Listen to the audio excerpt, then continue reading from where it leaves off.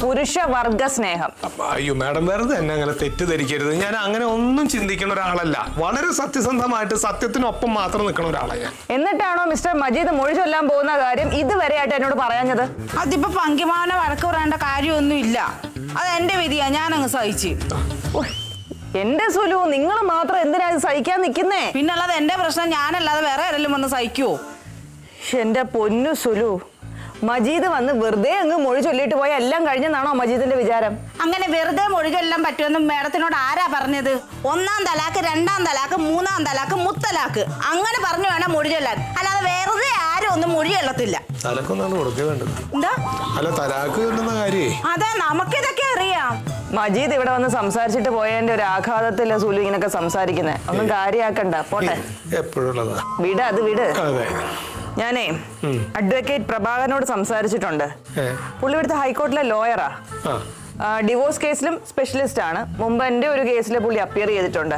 Madam divorce ആണോ? അയ്യോ, ഞാൻ കല്യാണം കഴിച്ചിട്ടില്ല. കല്യാണം കഴിക്കാതൊക്കെ ഡിവോഴ്സ് ആവാൻ പറ്റുമോ? അയ്യോ, ഇത് എങ്ങനെ ഡിവോഴ്സ് ആവാതിരിക്കും? പങ്കജാക്ഷൻ, സ്ത്രീവിരുദ്ധമായ തമാശ വെച്ച് ഓർപ്പിക്കത്തില്ലെന്ന് പറഞ്ഞിട്ടുണ്ടേ. ഇത് ഞാൻ തമാശ പറഞ്ഞല്ല, കാര്യമായിട്ട് പറഞ്ഞാ വേണം. അല്ല, ഇപ്പൊ പങ്കിമാവൻ എന്താ തമാശ പറഞ്ഞേ? എന്താ പറഞ്ഞേ? എന്റെ സുലു, മിസ്റ്റർ പങ്കജാക്ഷൻ യാതൊരു തമാശയും പറഞ്ഞിട്ടില്ല. മിസ്റ്റർ പങ്കജാക്ഷൻ ഒരു കാര്യം ചെയ്യും, നാളെ തന്നെ സുലുവിനെയും കൂട്ടി അഡ്വക്കേറ്റ് പ്രഭാകരനെ ഒന്ന് പോയി കാണാം. എന്തിനാ മേഡം? നമുക്ക് ഡിവോഴ്സ് വാങ്ങിക്കണ്ടേ? ആർക്ക്? സുലുവിനും മജീദിനും. അയ്യോ, എനിക്ക് എപ്പോഴും കോടതി കയറി ഇറങ്ങാനൊന്നും വയ്യ. അയ്യോ, അങ്ങനെ എപ്പോഴും കോടതി കയറി ഇറങ്ങുമൊന്നും വേണ്ട. കേസ് വിളിക്കുമ്പോ പോയാ മതി. എന്റെ മജീദൊക്കെ ആയിട്ട് ബുദ്ധിമുട്ടിക്കാൻ ഞാൻ ആളല്ല. അപ്പൊ ആ മജീദ് വന്ന് നിങ്ങളെ ബുദ്ധിമുട്ടിച്ചാൽ നിങ്ങൾക്ക് ഒരു പ്രശ്നവും ഇല്ല. എന്റെ പൊന്നു സുലു, കോടതി വഴി ഡിവോഴ്സ് കിട്ടിക്കഴിഞ്ഞാൽ മാസാമാസം ജീവനാംശം എന്ന പേരിലെങ്കിലും കുറച്ച് കാശ് കിട്ടും. ഈ മജീദ് വന്ന് നിങ്ങളെ മൊഴി ചൊല്ലിയിട്ട് പോയി കഴിഞ്ഞാൽ ഉണ്ടല്ലോ, തിരിച്ചു പോലുള്ള വണ്ടിക്കാശ് പോലും കിട്ടുകയല്ല. ഒന്നും പറഞ്ഞ് മനസ്സിലാക്കും പങ്കജാക്ഷൻ. അല്ല, അതായത് മിസ്റ്റർ പങ്കജാക്ഷൻ, മിണ്ടി പോരുത്. കുറച്ച് നേരെയായിട്ട് ഞാൻ സഹിക്കാം. നിങ്ങൾക്ക് ഇപ്പൊ എന്താ വേണ്ടത്? ഞാൻ ഡിവോഴ്സ് ചെയ്യണോ? നിങ്ങൾ എന്താ പറഞ്ഞേ? എനിക്ക് ജീവനാംശം തരുമെന്നോ? ഇപ്പൊ എന്റെ ഭർത്താവ് എനിക്ക് ഉണ്ണാനും ഉടുക്കാനും ഒക്കെ തരുന്നുണ്ട്. അതെല്ലാം നിർത്തിയിട്ട് ഇപ്പൊ ഞാൻ ഡിവോഴ്സ് ചെയ്തിട്ട് അങ്ങനെ പുറകെ ഞാൻ നടക്കണം അല്ലേ? നിങ്ങൾക്ക് അത്രയ്ക്ക് വലിയ പൂതിയാണെങ്കിൽ നിങ്ങളങ്ങ് കല്യാണം കഴിക്ക്, എന്നിട്ട് ഇപ്പൊ ഡിവോഴ്സ് ചെയ്യ്. അഹങ്കരിക്കുന്നു പെണ്ണുപിള്ള. മേഡം, ഞാൻ പറഞ്ഞില്ലേ ഇവരുടെയൊക്കെ സ്വഭാവം. നിങ്ങൾക്ക് എന്താന്ന് വെച്ചാ ചെയ്. എന്തപ്പണ്ടായി? ഞാൻ ഇരിക്കട്ടെ, എനിക്കിരിക്കണം.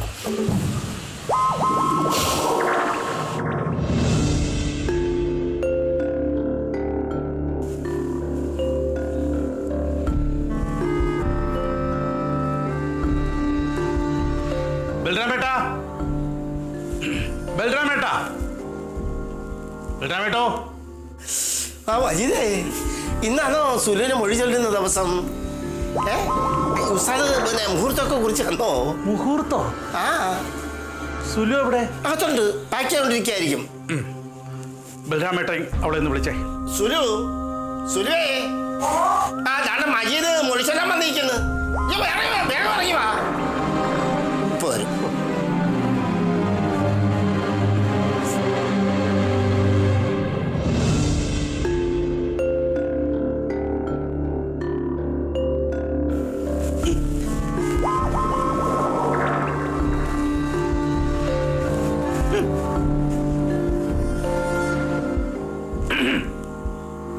എന്തായി? എന്ത്? കുടുംബ കോടതിയിൽ ഡൈവോഴ്സിന് കേസ് കൊടുക്കുമെന്ന് പറഞ്ഞിട്ട് എന്തായിരുന്നു? ആരെങ്കിലും എന്തെങ്കിലും പറയുന്ന കേട്ടിട്ട് ഇക്ക എന്നോട് ഇങ്ങനൊന്നും ചോദിക്കല്ലേ. അല്ല മജീദേ, ഈ മൊഴി ചൊല്ലുന്ന സ്ഥിതിക്ക് ഈ കോടതിയിലെ കാര്യങ്ങളൊന്നും അന്വേഷിക്കേണ്ട കാര്യമില്ലല്ലോ. മജീദേ, ഈ മൊഴിചൊല്ലൽ പരിപാടി എങ്ങനെയാ? പെട്ടെന്ന് തീരുവോ? അയ്യോ, ഇത് അത്രയും സമയമൊന്നും വേണ്ട, പെട്ടെന്ന് തീരും. അല്ലേ മജീദേ? അല്ലെ, എന്റെ നാടകത്തിൽ ഇതുപോലൊരു വലിയ സീനുണ്ടായിരുന്നു. ആണോ? അയ്യോ, അന്തം വിട്ടു പോകുന്നത് കണ്ടാൽ. എന്നാ പിന്നെ വെച്ച് താമസിപ്പിക്കാതെ വേഗം തുടങ്ങിക്കോ. സീതേച്ചി, നിങ്ങൾ എന്താ ഇങ്ങനൊക്കെ പറയുന്നത്? ഒരാളുടെ ജീവിതം ഇല്ലാതാക്കുന്നതാ. ഞങ്ങളുടെ ജീവിതത്തിൽ ആദ്യമായിട്ടാണ് മൊഴി ചൊല്ലുന്ന കാണുന്നത്. ഞങ്ങളൊന്ന് കാണട്ടെ.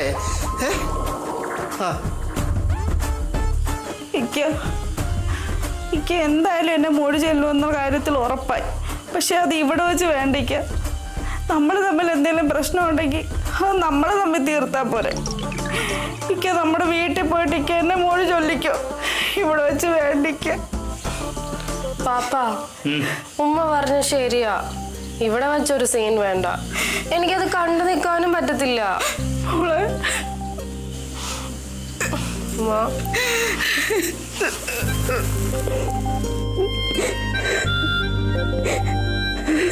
സുലു, സുലു,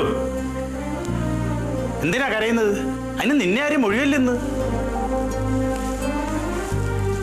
അന്ന് ഈ വീട്ടിൽ നിന്ന് പോയ ദേഷ്യത്തില് ശരിക്കും നിന്നെ മൊഴിയൊല്ലാൻ തന്നെയാണ് ഞാൻ തീരുമാനിച്ചത്. പക്ഷെ കുറച്ചു ദിവസം നീ ഈ വീട്ടിൽ നിന്നില്ലേ, അപ്പൊ ഞാൻ വീട്ടിൽ ഒറ്റയ്ക്ക് ഇരുന്നപ്പോഴാണ് ഈ തനിച്ചായി പോണതിന്റെ വിഷമം ശരിക്കും മനസ്സിലായത്. അപ്പൊ വാപ്പയുടെ കറക്കമൊക്കെ തീർന്നു, വീട്ടിലിരിക്കാൻ തുടങ്ങിയോ? എന്നേ നിർത്തി. ഇപ്പൊ ഒരു കറക്കമില്ല, നിസ്കാരം വരെ വീട്ടിലാക്കി. അപ്പൊ പള്ളി കമ്മിറ്റിയിലെ കാര്യങ്ങള്? ഓ, പള്ളി കമ്മിറ്റിയൊക്കെ നമ്മളില്ലെങ്കിലും നടന്നു. അല്ലെങ്കിൽ തന്നെ മൊബൈൽ ഉണ്ടല്ലോ, മൊബൈലിൽ കൂടെ നടക്കാത്ത ഏത് കാര്യമാണ് ഇപ്പൊ ഉള്ളത്? പിന്നെ റഷീദിന്റെ കടയിൽ ചായ കുടിയും നിർത്തി. ഇപ്പൊ ചായ കുടിയും വെള്ളം കൂടിയും എല്ലാം വീട്ടിൽ തന്നെ. സത്യം. അപ്പൊ വീട്ടിൽ സ്വസ്ഥായെന്ന് ചുരുക്കം. സത്യം. അല്ല, ഇനി സുലുവും കൂടെ വന്നാലേ ആ വീടൊരു വീടാവും. അപ്പൊ ശരിക്കും ഇക്കാനെ മൊഴി ചൊല്ലുന്നില്ലല്ലേ? ഇല്ല, ഇനി വീണ്ടും പറഞ്ഞ എന്നെ നീ വിഷമിപ്പിക്കരുത്. പിന്നെ എനിക്കറിയാലോ നിന്റെ പിടിവാശി. അപ്പൊ ഇങ്ങനെ കടുത്ത എന്തെങ്കിലും വർത്താനം പറഞ്ഞാലേ നീ തിരിച്ചു വീട്ടിലോട്ട് വരുള്ളൂ. അതിനുവേണ്ടി ഞാൻ പറഞ്ഞതല്ലേ. നീ വാ, നമുക്ക് വീട്ടിലോട്ട് പോവാ. വാപ്പാ, ഞാൻ ശരിക്കും അങ്ങ് പേടിച്ചു പോയി കേട്ടോ. എന്തിനാ മോളെ പേടിക്കുന്നേ? എനിക്ക് സീതയ്ക്ക് പറയായിരുന്നു ഇതിന്റെ അവസാനം ഇങ്ങനൊക്കെ തന്നെ ആയിരിക്കുമെന്ന്. കേട്ടോ മോളെ, എന്റെ നാടകത്തിൽ ഇതുപോലൊരു സീൻ ഉണ്ടായിരുന്നു പണ്ട്. മുഴിച്ചല്ലാനിതവർ തൂങ്ങിച്ചാകും, അതായിരുന്നു ക്ലൈമാക്സ്. നാടകത്തിന്റെ പേര് ദാമ്പത്യം ഒരു പ്രഹസനം. ബലരാമേട്ടാ,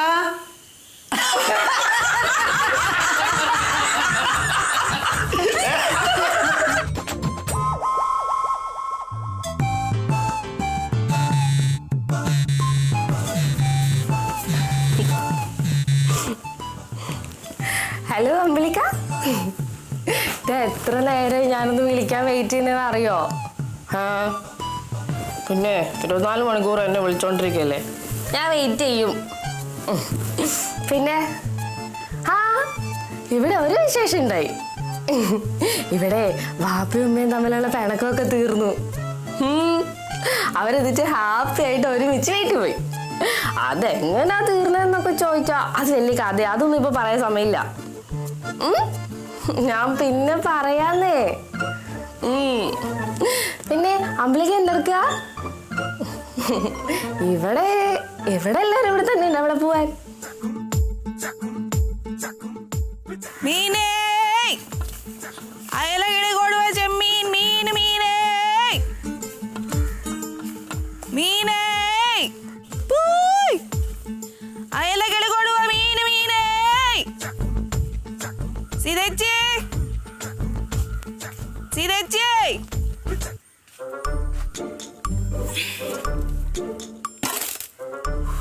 സീതേച്ചി, സീതേച്ചി. ആ തങ്കമണിയെ, നീ ഇത് എവിടെയായിരുന്നു കുറച്ച് ദിവസമായിട്ട്? മന്ത്രിമാരെക്കാളും MLA-മാരെക്കാളൊക്കെ തിരക്കാണല്ലോ നിനക്ക്. ഒന്ന് കാണാൻ കൂടി കിട്ടണില്ല. മലപ്പുറം ലീവ് എടുത്താണ് 2-3 ദിവസം. എനിക്കൊരു റെസ്റ്റ് ഒക്കെ വേണ്ടേ? ആ അത് നന്നായി. ലീവ് എടുക്കുന്നതിന് മുമ്പ് ഒന്ന് പറഞ്ഞിട്ട് എടുക്കണം കേട്ടോ. എന്നാ പിന്നെ കവലയിൽ പോയിട്ട് നല്ല മീൻ മേടിക്കാലോ. അത് കൊള്ളാം, അങ്ങോട്ട് ചെന്നാ മതി. 2-3 ആഴ്ചയെ ഐസിലിട്ട് വെച്ചേക്കണ മീനാണ് അവിടെ വിൽക്കണത്. ഇത് നല്ല ഫ്രഷ് മീനാണ്. എന്തൊക്കെയുണ്ടടി? നല്ല കിളിയുണ്ട്, നല്ല കൊഴുവയുണ്ട്, അയലയുണ്ട്. ഇത്രേ ഉള്ളോ? ഇത് പോരെ, ഏതാ വേണ്ടെന്ന് വെച്ചാ വേഗം പറ. അപ്പുണ്ണിയേ, എന്തിനാണ് അപ്പുണ്ണി? അവൻ വരട്ടടി. മോനെ അപ്പുണ്ണിയേ, എടാ ഒന്നും ഇങ്ങോട്ട് വന്നേ. അതാ വരുന്നു. ആ എടി, ഒക്കെ ഫ്രഷ് തന്നെയല്ലേ? എല്ലാം നല്ല മീനാണ് ചേച്ചി, എല്ലാം എടുത്തു. മോനെ മീൻ വന്നിട്ടുണ്ട്, നീ നോക്കി എന്താ വേണ്ടേന്ന്. ചെയ്യാത്ത എന്തെങ്കിലും ഉണ്ടെങ്കിൽ മേടിച്ചോ. എന്താ പുണ്യേ, ഞാൻ എന്തെങ്കിലും ചീഞ്ഞ മീൻ കൊണ്ടുവന്നിട്ടുണ്ടോ? എല്ലാം നല്ലതാന്ന്. ഉറപ്പാണോ? ഉറപ്പ്. എന്നാ പിന്നെ എല്ലാം ഓരോ കിലോ എടുത്ത് കണ്ടു കൊടുക്കാൻ മിക്കും. എല്ലാം ഓരോ കിലോയാ? അതെന്തിനാണ് എല്ലാം ഓരോ കിലോ? വിരുന്നുകാരണ്ടാ? വിരുന്നേരല്ല അമ്മേ, പറഞ്ഞോട്. അതെ, കുമാരി മോനും വരുന്നുണ്ട്. ഇന്ന് വരുന്നുണ്ട്. ആ കൊട്ടൽ പാട്ടിക്ക് വരിക കുമാരി മോനും. അത് ശരി, എന്നാ പിന്നെ കുറച്ച് കൂടുതൽ മേടിച്ചോ. അതെന്തിനാ? കുഞ്ഞൊക്കെ പറഞ്ഞല്ലേ. അതിന് കുഞ്ഞു മീൻ നിന്നാൻ തുടങ്ങിയില്ല. ഒന്ന് പോവാ പുണ്ണി ഇവിടെ നിന്ന്. എന്നാലും കുഞ്ഞു ജനിച്ചതിന്റെ പേരിൽ 1 ഉരുള ചോറ് നീ ഞങ്ങൾക്ക് തന്നില്ല കേട്ടാ പുണ്ണി. അമ്മേ, ആ ഫ്രിഡ്ജിൽ എടുത്ത് ചോറില്ലേ, അതെടുത്ത് തങ്കമണിക്ക് കൊടുക്ക്. പോടാ. അത് നിന്റെ കെട്ടുകൾ കുമാരി വരുന്നില്ലേ, അങ്ങോട്ട് കൊടു. അമ്മ കേട്ടോ? പോടാ തങ്കമണി, നീ വിഷമിക്കണ്ട. അതെ, കുഞ്ഞിന്റെ പിറന്നാൾ വരുമ്പോ നിന്റെ എല്ലാ ചെലവും ഒരുമിച്ച് ഞാനങ്ങ് തന്നേക്കാം. ചേച്ചിക്ക് എങ്കിലും പറയാൻ തോന്നിയല്ല. അല്ല, ഞാൻ പറയാനിരിക്കായിരുന്നു. ആ ഊവ ചേച്ചി, ആ പാത്രം കേടും മീൻ എടുക്കാം. ആ, ഞാൻ പാത്രം എടുത്തോണ്ട് വരാം. നീ നല്ല മീൻ നോക്കി എടുത്തു വെക്കണേ. നല്ലത് മാത്രമേ ഉള്ളൂന്ന്. അതെ, ഈ മീൻ കച്ചവടം ലാഭാണോ? എന്താണ്, പശുവിനെ വിറ്റിട്ട് മീൻ കച്ചവടം തുടങ്ങാൻ പോണ? എന്തിനാ പശുവിനെ വെക്കണേ? അല്ലാണ്ട് തന്നെ തുടങ്ങിയാൽ എന്താ? കൊട്ടിലപ്പാട്ടപ്പോണ്ട് മീൻ വിറ്റത് തന്നെ. എന്നെ ചൂടാക്കുന്നു വേണ്ടോ. ഞാൻ തുടങ്ങണമെന്ന് വിചാരിച്ചാൽ തുടങ്ങും. അപ്പൊടിനെ വെറുതെ പരീക്ഷിക്കാൻ നിൽക്കണ്ട. അല്ലെങ്കിൽ തന്നെ കോമ്പറ്റീഷൻ കൂടുതലാണ്. ഇനി നീ കൂടെ മീൻ കച്ചവടം തുടങ്ങാത്ത കുഴപ്പം കൂടെ ഉള്ളൂ. ഒന്ന് പോവാ പൊണ്ണി കിടന്ന്. ആ, കോമ്പറ്റീഷൻ ആണെങ്കിൽ ഞാനില്ല. അതാ നല്ലത്. ഔ, കടലിൽ എങ്ങനെ ഓടി നടന്ന മീനല്ലേ? കടലിൽ ഓടി കിടന്നാലേ കറി വെക്കാൻ പറ്റൂല. അത് പറ്റൂല. പാവം, നിന്റെ അച്ഛനും അമ്മയൊക്കെ എന്നെ തരയുണ്ടാവില്ലേ കടലില്? തരയുണ്ടാവും. അപ്പുണ്ണിയെ, നീ ഇവിടെ ഇരിക്കാണോ? നീ ചെന്ന് റെഡിയാവും, അവരെ വിളിക്കാൻ പോകണ്ടേ? ആ, നേരാ. അമ്മേ, അയില കുറച്ച് അധികം മേടിച്ചോളൂ കേട്ടോ. അയില നമുക്ക് പൊരിക്കുകയും ചെയ്യാം, മുളകിടുകയും ചെയ്യാം. ആയിക്കോട്ടെ. ആ, തങ്ങണി ചെയ്യാൻ പോട്ടെ. ആ, പൊയ്ക്കും. അയല പൊരിച്ചതുണ്ട്, കരിമീൻ വറുത്തതും. അതെടുത്ത് വെക്കി. ആ, ഇച്ചിരി കൂടുതൽ വയ്ക്കാട്ടെ. ആയിക്കോട്ടെ.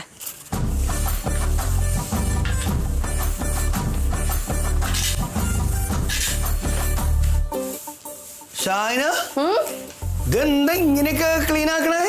എന്തേ? ഇതെന്താ സേവനമാരോ? ആ, ഒരു തരത്തിലുള്ള സേവനമാരം തന്നെയാ. എന്താ ഇങ്ങനെ കുറിച്ചാക്കാൻ കാരണം? വാവ വരാൻ പോവല്ലേ, അപ്പൊ വൃത്തിക്ക് കിടക്കണ്ടേ?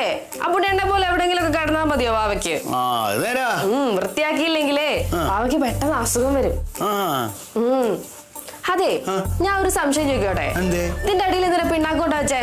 പിണ്ണാക്ക് കിട്ടിയോ? ആ, കിട്ടി. അതെന്തിനറിയോ? രാത്രിയൊക്കെ നന്ദിനി രമണി കരഞ്ഞാലേ ഇവിടുന്ന് എടുത്തോണ്ട് ഓടിയാൽ മതിയല്ലോ, അവിടെ പോകണ്ടല്ലോ. ആണല്ലേ? അപ്പൊ പിന്നെ ചാണക വിരളിയൊക്കെ കൊണ്ടുവച്ച എടുത്തിട്ട് ഓടാനാ? അല്ല, അത് പിന്നെ സൊസൈറ്റിയിൽ നാളെ പോകുമ്പോ കൊണ്ടുപോവാനാ.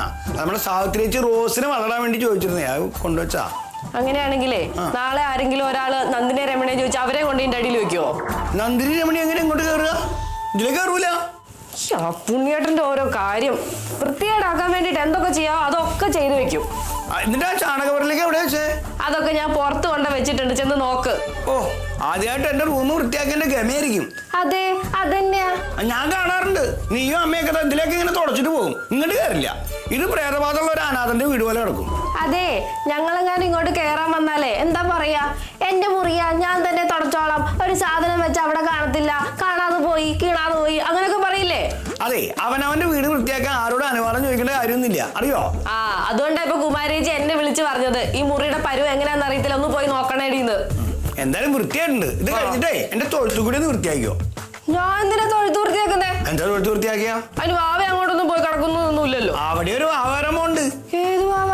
നന്ദിനി പ്രസവിക്കാൻ പോവല്ലേ? നന്ദിനിയുടെ വാവേ അപ്പുണ്ണിയേട്ടൻ തന്നെ അങ്ങ് നോക്കിയാ മതി. ഇതെന്റെ കുഞ്ഞു വാവയ്ക്കുള്ളതാ.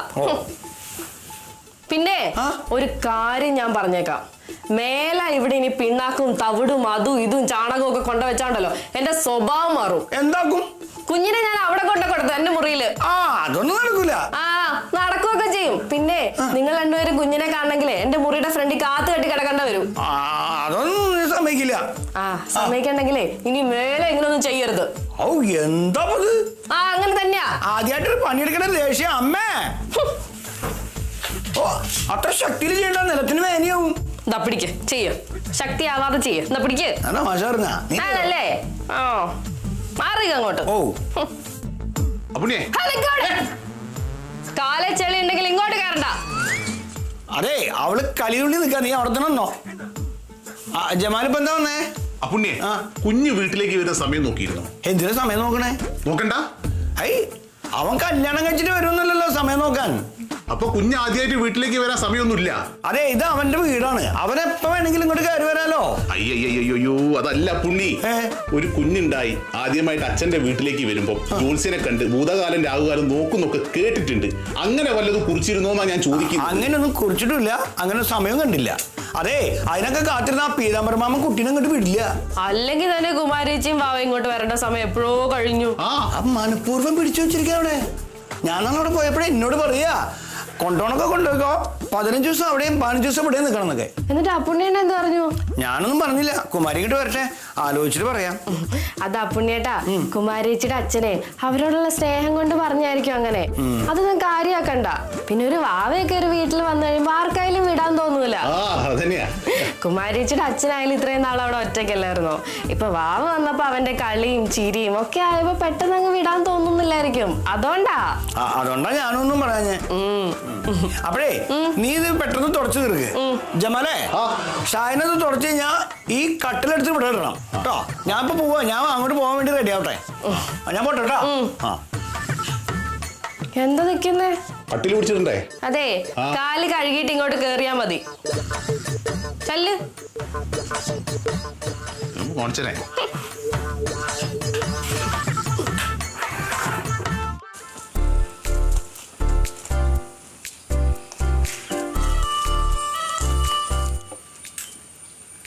ബലരാമേട്ടാ, ഓ, അവരെ കാണുന്നില്ലല്ലോ. അവര് വരട്ടെ സീതേ. അല്ലെ അവരവിടുന്ന് വരണ്ടായോ? എനിക്ക് കാണാൻ തിരക്കായിട്ട്. എനിക്കുണ്ട് ഈ തിരക്ക്. പിന്നെ നല്ല നേരം പോകാം കൂടെ.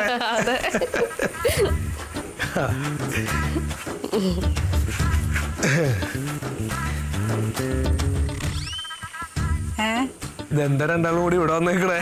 ഞങ്ങള് വാവ വരുന്ന കണ്ടോഷായത അച്ഛന്റെ അച്ഛമ്മയുടെ ഒരു ഉത്സാഹം നോക്കിയേ. പക്ഷേ എന്തായാലും അപ്പുണ്ണിനെ ഒറ്റയ്ക്ക് ഇവിടെ ഉണ്ടായിരുന്നില്ല എന്ന് തോന്നുക ചേച്ചി. എടാ, അതിന് അവൻ എവിടെയാ, ദൂരെ ഒന്നും അല്ലല്ലോ പോയിരിക്കണം. അവന്റെ ഭാര്യ വീട്ടിലേക്കല്ലേ. പിന്നെ ചെറിയ കുട്ടിയാണോ? അതിനെ അവന് പേടിയാവൂച്ചിട്ടല്ല. എങ്ങനെ കുമാരീനെ അവരിവിടുന്ന് കൊണ്ടുപോയത്, കൂട്ടി കൊണ്ടുപോയത് ഓർമ്മയില്ലേ? അവർ കുടുംബക്കാരെല്ലാവരും വന്നു, ബന്ധുമിത്രാദികളും വന്നു, കുറെ പലഹാരവും കൊണ്ടുവന്നിട്ട് വളരെ സന്തോഷത്തോടു കൂടിയാണ് അങ്ങോട്ട് ഇറക്കിക്കൊണ്ടുപോയത്. അതിന് നമ്മൾ അതുപോലെ തിരിച്ച് അങ്ങോട്ട് വിളിച്ചോണ്ട് വരാൻ പോണെന്നാണോ നീ ഉദ്ദേശിച്ചത്? അതേപോലെ ചെയ്യണം എന്നല്ല, എന്നാലും അപ്പുണ്ണിയുടെ കൂടെ നമ്മുടെ കുടുംബത്തിൽ ആരെങ്കിലും 1-2 ആളും കൂടിയൊക്കെ അതിന്റെ ഒരു മര്യാദക്ക് പോവായിരുന്നു. അല്ല ഭംഗിയാമ്മ, അപ്പൊ ഇങ്ങനെ കൊണ്ടുവരുമ്പോഴും അതുപോലെ ചടങ്ങൊക്കെ ഉണ്ടാവോ? ചിലവരൊക്കെ ചടങ്ങായിട്ട് തന്നെ നടത്താറുണ്ട്, ചിലവര് ചെയ്യാറില്ല. പിന്നെ നമ്മുടെ തറവാട്ടെന്നുള്ളൊരു കാര്യമാകുമ്പോ അങ്ങനെ ആലോചിച്ചു എന്നേ ഉള്ളൂ. എടാ, അത് നീ ഇവിടെ നിന്ന് പറയാതെ അപ്പുണ്ണിയോട് പറഞ്ഞാൽ പോരായിരുന്നോ? അവനാ പറഞ്ഞത് എല്ലാവരും കൂടെ പോണ്ട, ഒറ്റയ്ക്ക് പോയാൽ മതിയെന്നു. അല്ലെങ്കിൽ ഇപ്പൊ അവൻ പറഞ്ഞ എല്ലാ കാര്യങ്ങളും ശിരസാ വഹിച്ചിട്ടാണല്ലോ നമ്മളിവിടുത്തെ കാര്യങ്ങൾ നിൽക്കണേ. ചേച്ചി ഇങ്ങനെ നല്ലായിരുന്നല്ലോ, അങ്ങനെയുള്ള കാര്യങ്ങളിലൊക്കെ നല്ല ഉത്സാഹം കാണിച്ചിരുന്നല്ലോ. ഞാനേ കുടുംബകാര്യങ്ങളിൽ അധികം തർക്കിക്കണത് അങ്ങോട്ട് നിർത്തി. എന്തേ? അപ്പൊ ഇന്നലെ ഞാൻ കറിക്കകത്ത് 2 വട്ടം ഉപ്പിട്ടെന്ന് പറഞ്ഞ് തർക്കിച്ചതോ? അത് അടുക്കള കാര്യം. ഞാൻ കുടുംബകാര്യത്തിൽ ഇടപെടുന്ന കാര്യമാണ് പറഞ്ഞത്. അടുക്കള കാര്യത്തിലേ ഞാൻ ഇനിയും തർക്കിക്കും. അപ്പൊ അടുക്കള കുടുംബത്തിലല്ലേ? അന്ന് മുഴുവനായിട്ട് പറയാൻ പറ്റൊന്നുമില്ല. അതെ, ഞാൻ നിങ്ങളുടെ അടുക്കള കാര്യത്തിനേക്കാൾ ഗൗരവമുള്ള കാര്യമാണ് പറഞ്ഞത്. അത് വേണമെങ്കിൽ ആലോചിക്കും. അതൊന്നും ഇനിയിപ്പോ പറയണ്ട. ഇപ്പൊ വാവ വരാറായി, എല്ലാരും നല്ല ഉത്സാഹത്തിൽ നിൽക്കാൻ. ഞങ്ങൾക്ക് ഉത്സാഹം കുറവൊന്നുമില്ല. പക്ഷെ എന്താടാ അവരെ വരാൻ വൈകണത്? നീ ഒന്ന് വിളിച്ചു നോക്കിയാ പങ്കിയെ? അങ്ങോട്ട് പോവായിരുന്നില്ലേ? എന്നത്ര ഇവിടെ നിന്നിട്ട് വിഷമിക്കണ്ടല്ലോ. നീ ഒന്ന് വിളിക്കും മോനെ. വിളിക്കാൻ ഫോൺ എടുത്തിട്ടില്ലേ? ഫോൺ മോളിലാ. അതെ വാണല്ലോ.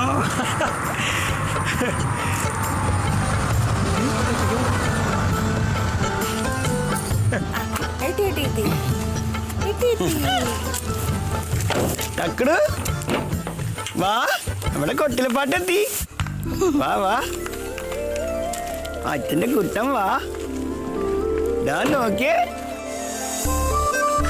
ഇതാണ് നമ്മുടെ കൊട്ടിലപ്പാട്ട് തറവാട് കേട്ടോ.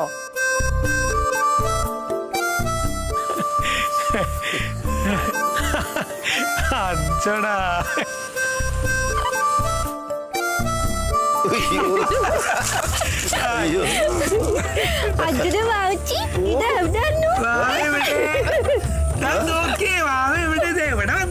മക്കളെ, മുത്തച്ഛന്റെ പൊന്നാണ് ഇത്. പാവളെ മക്കളെ, ഇതാരാ? ഇതെന്ത് പുള്ളി ഉടുപ്പൊക്കെയാണ് ഇട്ടേക്കുന്നത്?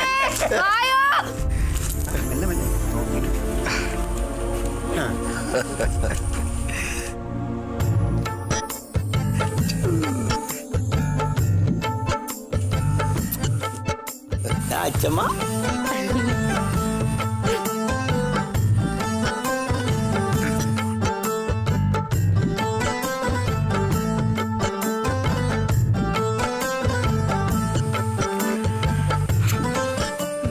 ഷാഹിന, മോളിങ് വന്നേ.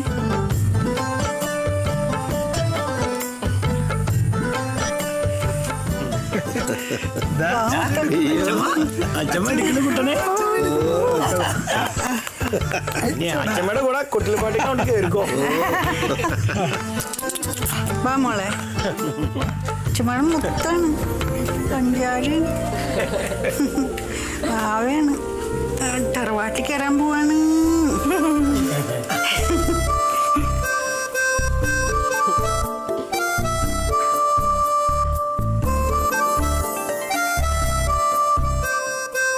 കരയല്ലേ പിണങ്ങല്ലേ കുട്ട, കുട്ടൻ്റെ ലപ്പം വരുമ്പോ ചക്കര കൊണ്ടോരും